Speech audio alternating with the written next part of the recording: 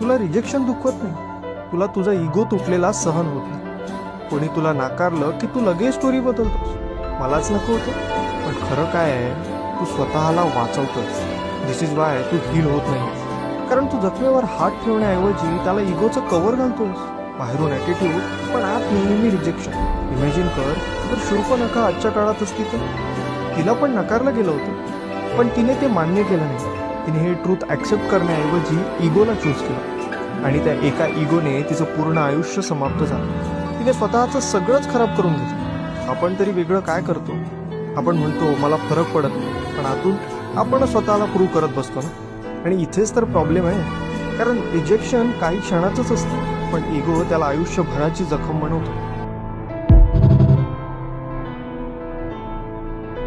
जरा इमॅजिन कर, तुला काहीतरी बोलायचं पण तू थांबतोयस, कारण डोक्यात एकच विचार आहे सारखा, की लोक काय म्हणतील, आणि तू गप्प बसतोयस. आता त्याच सिच्युएशनमध्ये जर द्रौपदी असती तर ती गप्प बसलीच नसती, कारण तिच्यासाठी रिस्पेक्ट ही बाहेरून मिळणारी गोष्ट नव्हती, तर ती आतून सुरू होणारी होती. पण आपण मात्र त्याच्या उलटच करतो. आधी लोकांचा विचार आणि मग स्वतःबद्दलचं ट्रूथ एडिट करत बसतो.